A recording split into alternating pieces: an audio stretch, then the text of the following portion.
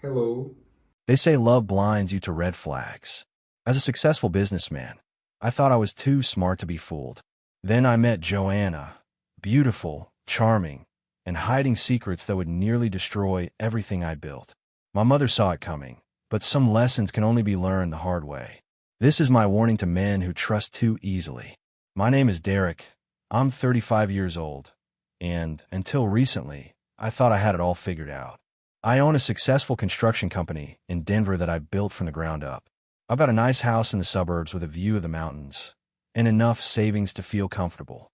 My life wasn't perfect, but it was stable, something I'd worked damn hard for. My friends used to joke that the only thing missing was someone to share it with. I dated here and there, but nothing serious. And then I met Joanna, and everything changed. It was at my buddy Mike's 4th of July barbecue. The kind with too many beers, burgers on the grill, and sparklers before the fireworks. She walked in wearing a blue summer dress, and man, I couldn't take my eyes off her. 28, smart as a whip, with this laugh that could light up the whole backyard. Mike introduced us, mentioning she was new to his marketing department. Derek builds things, he said. Joanna destroys marketing goals. We hit it off immediately. I told her about the historic renovation my company had just landed, and instead of her eyes glazing over, she asked intelligent questions. 3 hours felt like 3 minutes. By the end of the night, we'd exchanged numbers, and I was already thinking about where I'd take her for dinner. My mother, Regina, has always had this sixth sense about people. At 60, she's still sharp as a tack, running her bookkeeping business and volunteering at the local shelter. When I brought Joanna to Sunday dinner a few weeks later, I could tell Mom was reserving judgment. She was polite. Regina Matthews doesn't know how to be anything but a perfect hostess. But there was something in her eyes when Joanna started talking about her 5-year plan. She seems ambitious, Mom said carefully after Joanna left. We were cleaning dishes together, like we always did after Sunday meals. That's what I like about her, I replied. She knows what she wants. Mom just nodded and squeezed my hand. Just take your time, honey. There's no rush when it's right. But there was a rush. At least, I felt it. Being with Joanna was like catching a perfect wave, exhilarating, powerful, and I didn't want it to end. Within 6 months, I was ring shopping, ignoring the fact that she'd started asking more questions about my business finances than my day, ignoring how she'd check out whenever Mom talked about family traditions, ignoring how her girls' nights seemed to multiply, and she'd come home with stories that didn't quite add up. Looking back, I should have listened to my mother. But then again, when do we ever? The first real fight Joanna and I had was about my mother. We'd been dating for about 4 months when Regina invited us to her 60th birthday celebration, a small gathering at her favorite steakhouse. Nothing fancy, just family and a few close friends. Do we have to go? Joanna asked, not even looking up from her phone. I already told Melissa we'd check out that new rooftop bar downtown. I put down the newspaper I was reading and stared at her. It's my mother's birthday, Joe. Of course we're going. She rolled her eyes. Your mom doesn't even like me.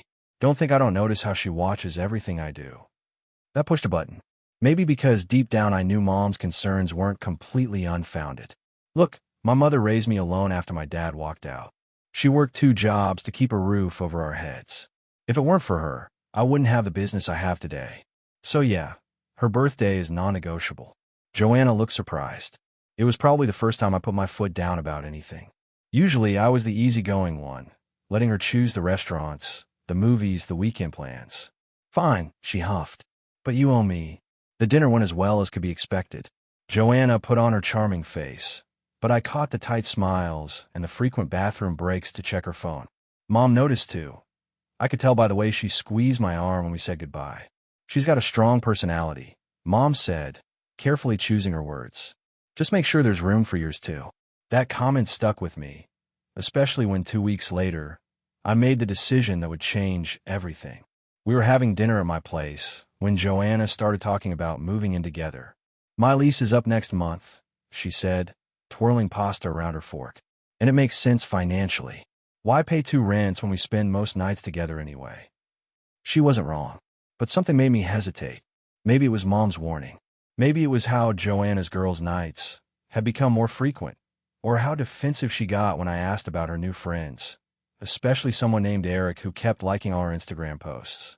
Actually, I heard myself saying, I was thinking more along the lines of marriage. The word surprised even me. But once they were out, I knew they were right.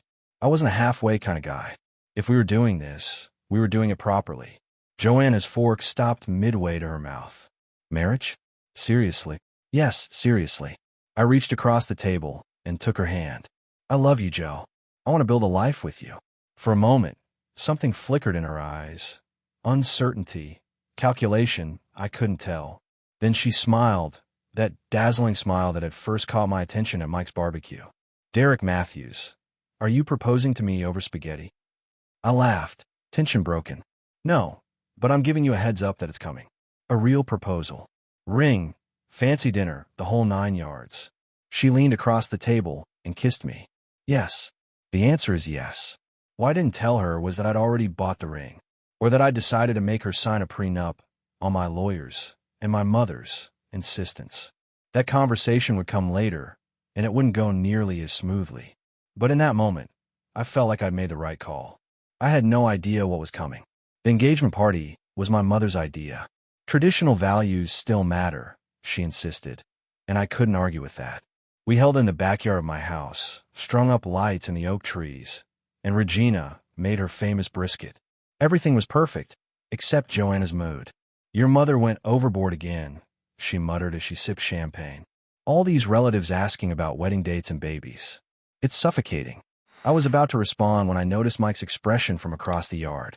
He was watching Joanna with this strange look of pity. He quickly turned away when our eyes met. I'll be right back, I told Joanna, making my way over to him. Mike tried to deflect with small talk about the Broncos, but I've known him since 3rd grade. Spit it out, buddy. What's going on? He sighed, taking a long pull from his beer. Look, this isn't the time or place. Mike, my voice had an edge I rarely used. Fine.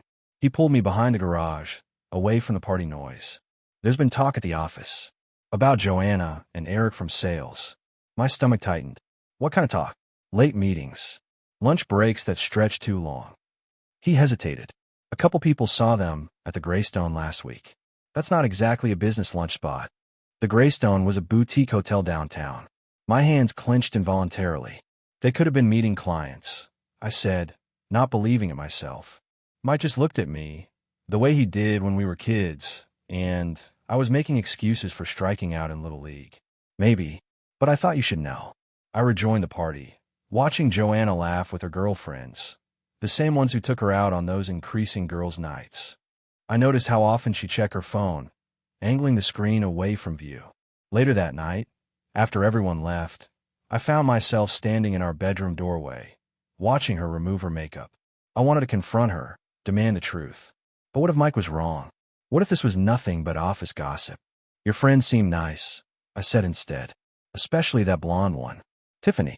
Melissa, she corrected, not meeting my eyes in the mirror. Yeah, she's great. Works in pharmaceutical sales. And the one with the red hair? Joanna's hand paused briefly. That's Kara. You met her before at Mike's barbecue. I hadn't, but I let it slide. You guys go out a lot these days. Her shoulders tensed. What's that supposed to mean? Nothing, I said, backing down like I always did when she got defensive. Just an observation. That night, I lay awake beside her, staring at the ceiling.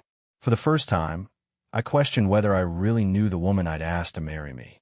But instead of confronting those doubts, I pushed them down deep. I'd proposed. We'd announced it to the world. I was committed, and Derek Matthews didn't go back on his word. Looking back, that stubborn pride would cost me everything. The prenup conversation went exactly as I expected, which is to say, terribly. You don't trust me, Joanna accused, pacing our living room. After everything we've built together. It's not about trust, I explained for the 3rd time. It's about protecting both of us. My business has investors, partners. I have responsibilities. To everyone but me, apparently. Her eyes narrowed. Did your mother put you up to this? I felt my patience slipping. Leave my mother out of it. This was my decision. Sure it was. She grabbed her purse. I need some air. Don't wait up. She slammed the door behind her. I stood there, feeling the weight of Mike's warning pressing down on me. Before I could think better of it, I took out my phone and pulled up our cell phone account. As the primary account holder, I could see all calls and texts. What I found made my blood run cold. Dozens of calls to the same number, often late at night or during her girls' nights. Texts coming in at all hours. I didn't recognize the number, but my gut told me exactly who it belonged to. I wasn't raised to snoop or invade someone's privacy, but I also wasn't raised to be played for a fool. I made a decision right then that would change everything. I called my buddy Charlie, who worked in private security. "I need a favor," I said when he answered. "Nothing illegal, just information." 2 days later, Charlie sent me a text. "The Greystone, room 412, 8 p.m. tonight." I left work early, drove home, and sat in my truck outside her house. Sure enough, at 6:30, Joanna emerged, dressed to kill in a black dress I'd never seen before. I followed her at a distance, watching as she drove downtown and valeted her car at the Greystone. I gave her 20 minutes, then walked into the lobby and took the elevator to the 4th floor. Standing outside room 412, I heard her laugh, that same laugh that had captivated me at Mike's barbecue, now directed at someone else. I didn't knock. I used the keycard Charlie had somehow acquired and pushed the door open. There she was, wrapped around a dark-haired man I recognized from company photos as Eric from sales. Their expressions of shock would have been comical under different circumstances. "Derek." Joanna scrambled off the bed, tugging her dress down. "This isn't. Save it." My voice was steady, calmer than I felt. "We're done." Eric started to speak, but one look from me silenced him. I'd never considered myself an intimidating man, but something in my expression must have conveyed the rage boiling beneath my surface. "I want your things out of my house by tomorrow," I told Joanna. "The engagement is off. Don't call me, don't text me, don't come in my office." I turned and walked out, ignoring her calls behind me. In the elevator, I removed her ring from my pocket. I'd been carrying it for days, somehow knowing this moment was coming. The 3-carat diamond caught the light, mocking everything it was supposed to represent. In the hotel bar, I ordered a whiskey and called my mother. When she answered, I didn't bother with hello. "You were right," I said, "about everything." I spent the next week in a fog, going through motions at work, barely eating, hardly sleeping. My crew noticed, but knew better than to ask. The ring sat in my desk drawer, a $15,000 reminder of my blindness. 3 days after the Greystone incident, Joanna started the campaign. First came the tearful voicemails, begging forgiveness, claiming Eric meant nothing. When those went unanswered, she switched tactics. "You're overreacting," she texted. "It was one mistake. We can work through this." One mistake. As if I hadn't seen the hotel receipts, the call logs, the pattern that had been right in front of me for months. When I remained silent, she escalated to threats. "I've invested a year of my life in you." Her final message read, "I deserve compensation." That's when I called my lawyer. "She's got nothing," Howard assured me over coffee. "No marriage, no joint property, no legal claim to your business. She's fishing." I nodded, relieved but still uneasy. "I want this over with, Howard. Whatever it takes." That afternoon, I drove to my mother's house. Regina was in the garden, pruning roses with the same focus she brought to everything. She looked up as I approached, her eyes softening. "You doing okay, honey?" I knelt beside her, picking up fallen petals. "Getting there. Lawyer says she can't touch the business." Mom nodded, setting down her shears. "That's good. But I wasn't asking about the business." For the first time since that night at the Greystone, I felt the full weight of what had happened.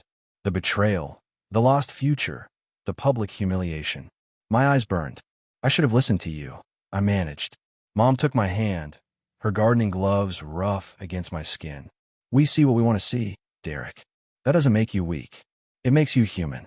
We sat in silence, surrounded by half-pruned roses. Finally, I asked the question that had been haunting me.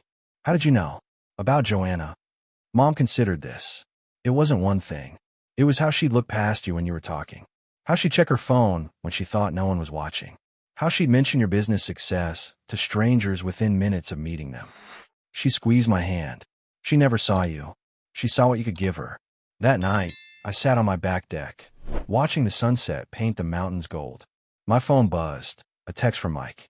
"Beer? Broncos game this weekend." Simple. Normal. Life continuing. "Yeah." I typed back, I'll bring the steaks. For the first time in weeks, I felt something like peace. Joanna had taken a year of my life, but she wouldn't get another day. The unexpected call came on a Thursday, 2 months after the breakup. Mr. Matthews? This is Dr. Levinson's office. We have Joanna Miller here. She's listed you as her emergency contact. My first instinct was to hang up, another manipulation tactic. But something in the nurse's voice stopped me. What happened? She fainted at work. She's asking for you. I almost said no. Almost. But that's not who I am. 30 minutes later, I was at Denver Memorial, following a nurse to a curtained area in the ER. Joanna looked smaller somehow, pale against the hospital sheets. Her eyes widened when she saw me. You came. What's going on, Joe? Before she could answer, a doctor appeared, clipboard in hand. Ms. Miller, your blood work confirms our suspicion. You're pregnant, about 10 weeks along. The room seemed to tilt. 10 weeks. That would mean. I'll give you 2 a moment, the doctor said, slipping away. Joanna's eyes filled with tears. Derek, is it mine? The question came out harsher than intended. She flinched. Yes. I know what you're thinking, but yes. It's yours. I studied her face, searching for the lies I'd missed for so long. How can I possibly believe you? You can request a paternity test, she said quietly. I'll consent to anything. I paced the small space, mind racing. A baby. My baby, possibly.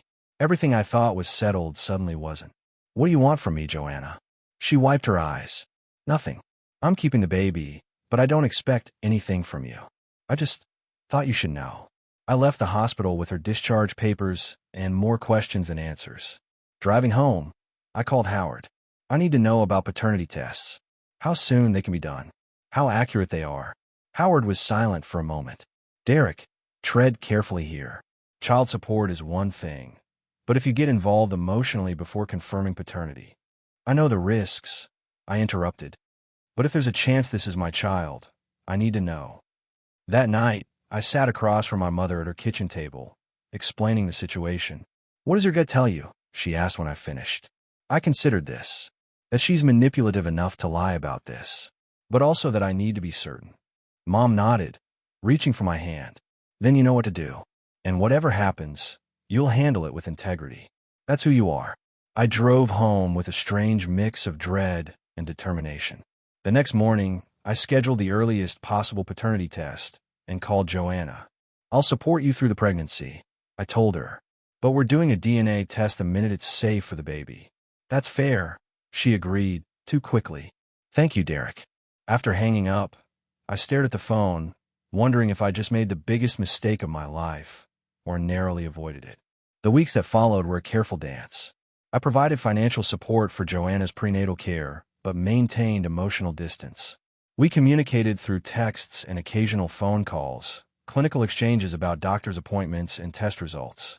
Regina was skeptical. Be careful, Derek. A baby is the ultimate trap. I know, Mom, but I can't just walk away from my own child. If it is yours, she reminded me gently. The doubt gnawed at me constantly. During a routine checkup in her 5th month, the doctor mentioned something that caught my attention. The baby's development is right on track for 14 weeks, he said, reviewing the ultrasound. I frowned. 14 weeks? I thought she was 20 weeks along. The doctor looked confused, glancing between us. No, definitely 14 weeks. Conception would have been around mid-February. Mid-February, when Joanna claimed we'd reconciled after a fight and spent the weekend together. Except I was in Seattle that weekend, at a construction conference with 20 witnesses. I said nothing during the appointment. Drove Joanna home in silence, my mind calculating dates, remembering alibis. As she reached for the door handle, I finally spoke. The baby's not mine, is it? Her hand froze. What are you talking about? Mid-February conception. I was in Seattle, remember? The Patterson Project pitch. She blinked rapidly, that familiar calculation happening behind her eyes. The doctor's wrong about the dates. It happens all the time. Stop lying, Joanna. It's Eric's baby, isn't it? Her expression shifted, defiance replacing panic. So what if it is? You've got money. He doesn't. This child deserves a good life. The coldness of her logic stunned me. You were going to let me raise another man's child. Let me believe it was mine. You would have never known the difference. And we could have been happy. She reached for my arm. We still can be. I pulled away, disgust washing over me. Does Eric know? Her silence was answer enough. Get out of my car, I said quietly. Derek, please. Get out. The force of my shout surprised even me. She scrambled out, and I drove away before she reached her door. At a red light, I pulled out my phone and blocked her number. Then I called Howard. She lied about the conception date. I explained. The baby can't be mine. We'll still need to document this properly, Howard cautioned. But if you're certain about the timeline, you're in the clear. That night, I drove to Regina's house, explained everything over glasses of her blackberry wine. She didn't say I told you so. She just pulled me into a hug like when I was a kid. You're going to be okay, she whispered. Better than okay. For the first time, I actually believed it. 3 days after discovering Joanna's deception, Eric called me. We need to talk, he said, his voice tight. We met at a diner on neutral ground. He looked terrible, unshaven, eyes bloodshot. She told me about the baby, he said, turning a coffee mug in his hands. After you confronted her, I waited, feeling nothing but mild curiosity about what this man could possibly want from me. I'm sorry, he continued, for the affair. I didn't know how serious you two were. That's between you and your conscience, I replied coolly. Why did you want to meet? He looked up, his expression pained. I need to know. Are you going to support her? Because I can't.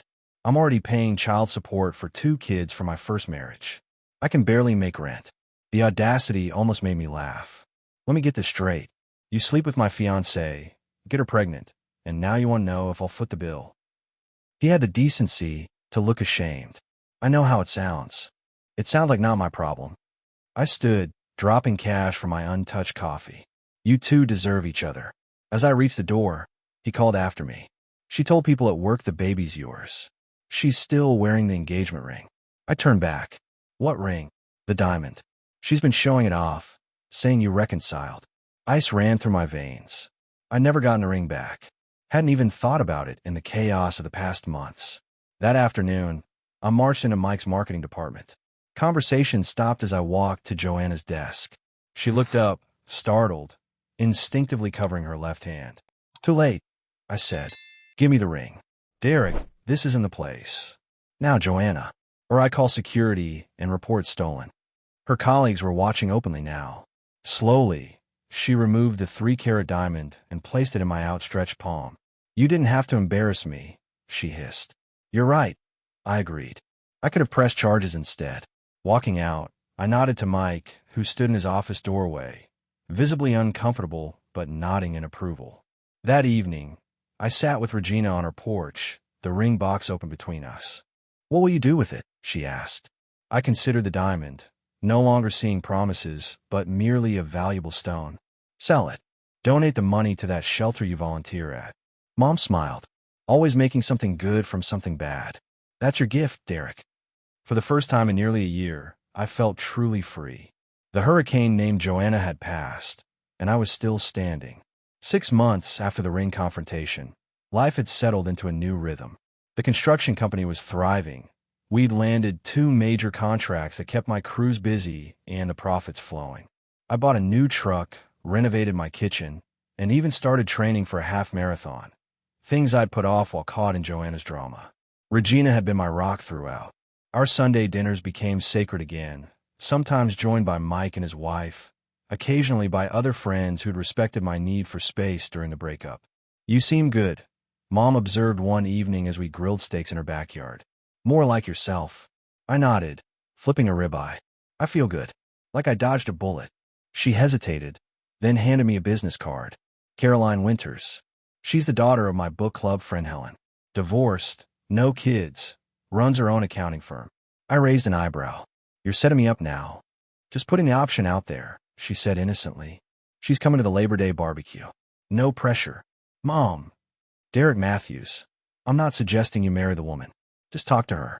She's smart, independent, and according to Helen, makes a killer bourbon pecan pie. I tucked the card in my pocket, not committing either way. Labor Day arrived with perfect Colorado weather. Crisp morning giving way to sunny, mild afternoon. I arrived at Mom's early to help set up, arranging chairs and firing up the grill like I'd done every year since high school. Guests trickled in, neighbors, Mom's church friends, a few of my crew members with their families. I was flipping burgers when I noticed her. Tall, auburn hair pulled back in a simple ponytail, laughing at something Mom had said. Caroline. Had to be. Our eyes met across the yard, and she gave a small, knowing smile that told me she'd been briefed too. Normally, this would have annoyed me. The setup, the expectations. But something about her direct gaze and confident posture intrigued me. I handed the spatula to Mike. Take over for a few minutes. He followed my line of sight and grinned. Go get him, Tiger. Our conversation started awkwardly. Mutual admissions that we'd been set up, jokes about meddling mothers. But it quickly evolved into something genuine. Caroline was sharp, funny, grounded. She asked thoughtful questions about my business without the calculating gleam I'd grown to recognize in Joanna's eyes. So, she said finally, taking a sip of lemonade, Helen mentioned you have quite a story. Bad breakup. I hesitated, then decided on honesty. Engagement. Ended when I caught her cheating. Followed by some drama involving a fake pregnancy. I waited for the sympathy tilt of the head, the awkward platitudes. Instead, Caroline nodded matter-of-factly. Been there. My ex-husband had a whole second girlfriend in Cincinnati. Found out when she called me, thinking I was his sister. She shrugged. Life's too short for people who don't know what loyalty means. For the first time in over a year, I felt that spark. Not just attraction, but recognition. Here was someone who understood, who'd been through fire and emerged stronger. We exchanged numbers before she left, with plans to meet for coffee the following week. As I watched her drive away, Mom appeared at my side. Well, she prompted. I grinned. You win this round, Regina Matthews. 2 years to the day after discovering Joanna's betrayal of the Greystone, I found myself back in a hotel. This time the Grand Summit, with Caroline beside me as we celebrated our 6-month anniversary. To new beginnings, she said, raising her champagne glass. And to your mother, for her not-so-subtle matchmaking. I laughed, clinking my glass against hers. She still reminds me at least once a month that she saved me from eternal bachelorhood. The journey to this moment hadn't been simple. After our coffee date, Caroline and I took things deliberately slow. Both once burned, twice cautious. We dated for 3 months before exclusivity, another 2 before meeting each other's families. Though she'd already met Regina, of course. I'd learned to watch for the signs, to trust my instincts. Caroline had done the same. We compared notes on red flags we'd ignored in past relationships, creating a foundation of transparency that made everything else easier. Have you heard anything about Joanna lately? Caroline asked, tracing the rim of her glass. She never shied away from my past, viewing it as part of what made me who I am. Mike mentioned she moved to Phoenix with some sales guy. Not Eric, someone new. I shrugged. Doesn't matter anymore. And it truly didn't. The anger had faded months ago, replaced by a strange gratitude. Without that painful lesson, I might never have recognized what real partnership looked like when it finally appeared. After dinner, we walked the hotel gardens, stopping at a bench overlooking the city lights. The weight of the small box in my jacket pocket felt right, not anxiety-inducing like last time. You're quiet, Caroline observed. Everything okay? Better than okay. I turned to face her. I've been thinking about something Mom said recently. About how sometimes you have to go through the wrong doors to find the right one. Her eyes widened slightly as I slid off the bench onto one knee. I'm not the same man I was 2 years ago, I continued, pulling out the emerald-cut diamond we'd chosen together during a hypothetical jewelry store visit last month. I'm better, stronger, more certain of what I want. And what I want, Caroline Winters, is a lifetime with you. Her hands trembled slightly as she nodded. Yes, she whispered. Absolutely yes. Later that night, I called Regina to share the news. When she answered, I could hear the knowing smile in her voice. Let me guess, she said before I could speak. She said yes. Was there ever any doubt? Not for a second, honey. Her voice softened. You found a good one. I'm proud of you. As I hung up, Caroline emerged from the bathroom, engagement ring catching the light. She was everything Joanna wasn't. Honest, independent, kind. But I wouldn't have recognized those qualities without first learning their absence. What are you thinking about? She asked, sitting beside me. Just that sometimes the worst mistakes lead to the best decisions. She leaned her head against my shoulder. Then I'm grateful for all our wrong turns. They brought us to the right place. I couldn't have said it better myself. Bye.